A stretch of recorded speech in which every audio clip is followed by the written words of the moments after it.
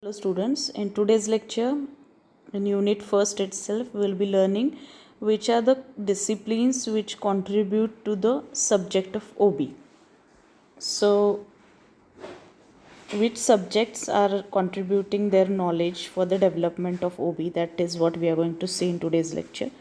So, as you know, organizational behavior is an applied behavioral science which is developed on the basis of knowledge gained from various subjects or disciplines.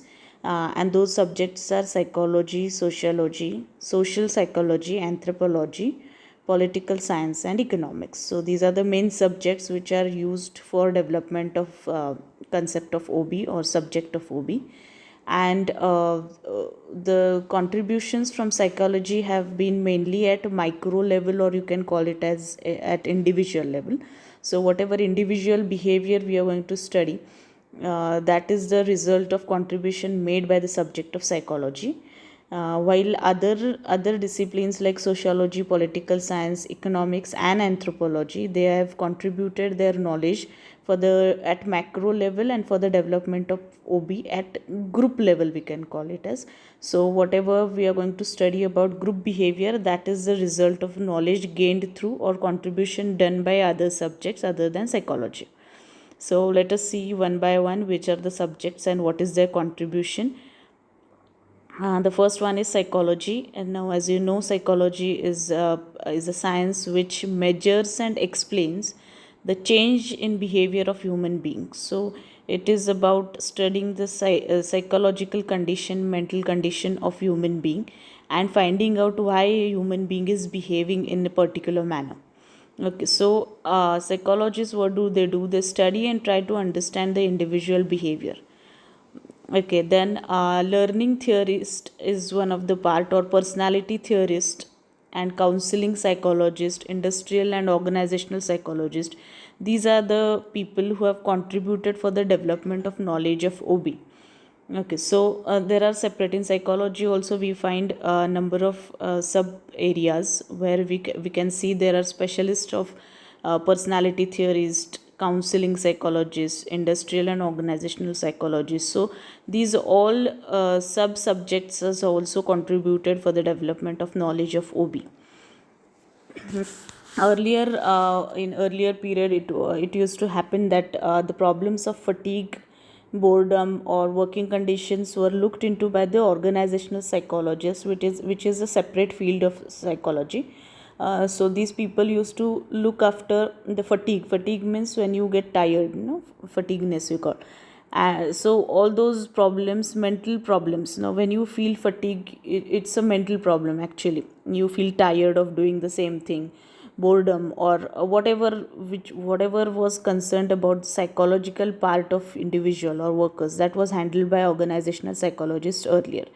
Now what has happened in recent times, these contributions are related to learning, perception, which we are going to learn as a separate topic. Every concept we are going to learn, like learning, perception, personality, leadership, effectiveness, training, job satisfaction, decision making process, performance appraisal, attitude measurement, employee selection technique, job design, and work stress. So these are the new in recent times. These are the concepts which have been emerged, which were looked about by organizational psychologists earlier, and now these concepts have been emerged as a separate field of study. So OB is very much concerned with why there is a change in human behavior in desirable ways, and to find out that, of course, psychology helps you a lot in contributing the knowledge towards OB. With the first point, we saw that what is the contribution of psychology.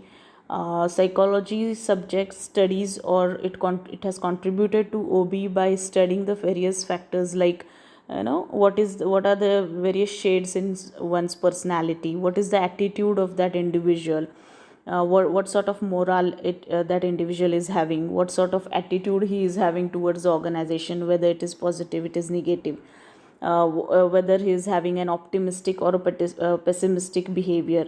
Okay, then whether he or she is getting job satisfaction, which are the motivational forces, both financial and non-financial, which are going to boost your individuals to work hard. And then what are the performance appraisal methods? These are the concepts which are included in psychology. So psychology helps you to find out these psychological aspects of human being, which are helpful for OB to find out that why people behave in this particular manner or particular way. Okay, then coming towards next subject is sociology. Now sociology is related to a subject will related to society. That means how people behave with each other, how they develop relations with each other, right? So it is concerned with social system, study of people in relation to other human beings.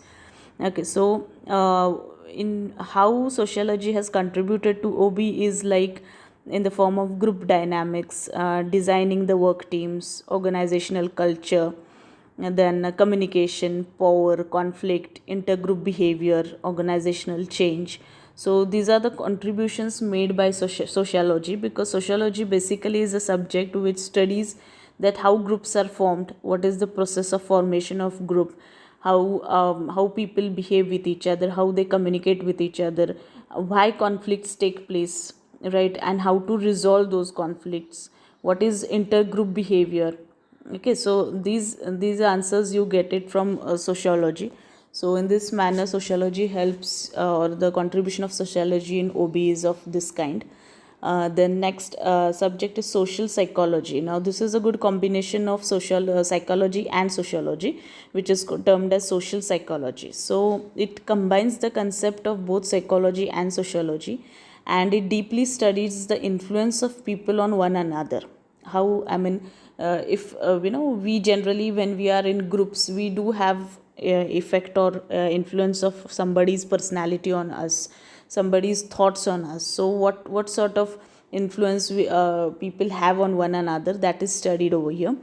Social psychologists are concerned with implementing the change and reducing the resistance to change. That means whenever any change is to be introduced in the organization, what does social psychologists do? They try to implement the change, because as you know, whenever there is introduction of any sort of change, change is always inevitable. Okay, so one or the other day some of the things are going to change and you are going to face those changes. But what is human tendency? Human tendency is to look at those changes in a negative manner, right? So people are very pessimistic about change, and because the result of this is that people resist the change.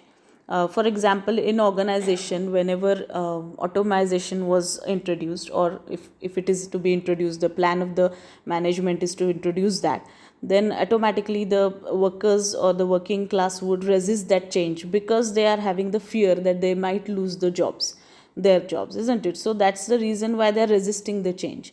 So every change always comes with resistance. People oppose the change. They are not ready to accept the change positively. They are always looking at the change in a negative manner.